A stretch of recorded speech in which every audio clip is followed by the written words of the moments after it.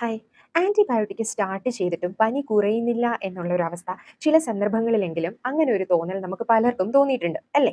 അപ്പോൾ ഇതിന് തക്കതായ കാരണങ്ങളുണ്ട് കേട്ടോ. ഞാൻ എൻ്റെ ആദ്യ വീഡിയോയിൽ പറഞ്ഞതുപോലെ എല്ലാ പനിയും ബാക്ടീരിയൽ ഇൻഫെക്ഷൻ അല്ല.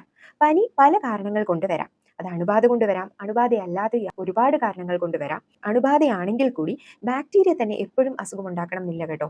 ഫംഗസ്, വൈറസ്, പാരസൈറ്റ്സ് ഇങ്ങനെ ഏത് സൂക്ഷ്മാണുക്കളും പനി ഉണ്ടാക്കാം.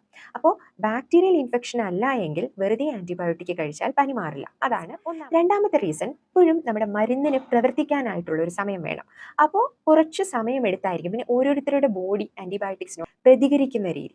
അപ്പോൾ അങ്ങനെ കുറച്ച് ടൈം ഡിലേ. മൂന്നാമത്തെ കാരണം ഇത് ബാക്ടീരിയൽ ഇൻഫെക്ഷൻ ആണെങ്കിൽ തന്നെ ഏത് ബാക്ടീരിയ ആണോ ഇൻഫെക്ഷൻ ഉണ്ടാക്കുന്നത് അതിന് തക്കതായിട്ടുള്ള ആന്റിബയോട്ടിക്സ് കൊടുക്കുക.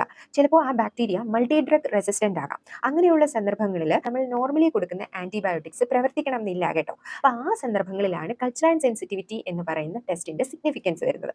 പ്രോപ്പറായിട്ട് കൾച്ചർ ചെയ്ത് ബാക്ടീരിയ ഏതാണെന്ന് കണ്ടുപിടിക്കാം, ആ ബാക്ടീരിയയോട് പ്രവർത്തിക്കുന്ന ആന്റിബയോട്ടിക്സും കണ്ടുപിടിക്കാം. നാലാമത്തെ കാര്യം, ഇൻഫെക്ഷൻ കുറയുന്നുണ്ടായിരിക്കാം, എന്നാൽ നമ്മുടെ ബോഡിയുടെ ഇൻഫ്ലമേറ്ററി റെസ്പോൺസ് കുറയാൻ എടുക്കുന്ന അഞ്ചാമത്തെ കാര്യമാണ് കുറച്ചും കൂടി ശ്രദ്ധിക്കേണ്ടത്.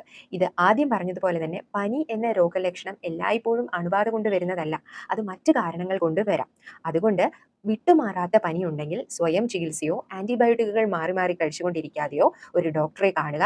ആ രോഗലക്ഷണം എന്തുകൊണ്ടാണ് വരുന്നത് എന്ന് കറക്റ്റായിട്ട് കണ്ടുപിടിച്ച് അതിനുള്ള ട്രീറ്റ്മെന്റ് എടുക്കുക. അപ്പോൾ റൈറ്റ് ആന്റിബയോട്ടിക് റൈറ്റ് ടൈമിൽ റൈറ്റ് ഡോസിൽ കഴിക്കുക എന്നുള്ള ആ ഒരു കാര്യത്തിനോടൊപ്പം തന്നെ ഇമ്പോർട്ടൻ്റ് ആണ് ഫീവർ എന്തുകൊണ്ട് വരുന്നു എന്നുള്ള റീസൺ കണ്ടുപിടിച്ച് ആ റീസണെ ട്രീറ്റ് ചെയ്യുന്നത്. അപ്പോൾ ഇതുപോലുള്ള ഇൻഫോർമേറ്റീവ് വീഡിയോസ് ഇനി കാണണമെങ്കിൽ ഉറപ്പായിട്ടും ചാനൽ സബ്സ്ക്രൈബ് ചെയ്യുക. അടുത്തൊരു വീഡിയോ ആയിട്ട് വരുന്നത് വരെ ടേക്ക് കെയർ, ഗുഡ് ബൈ.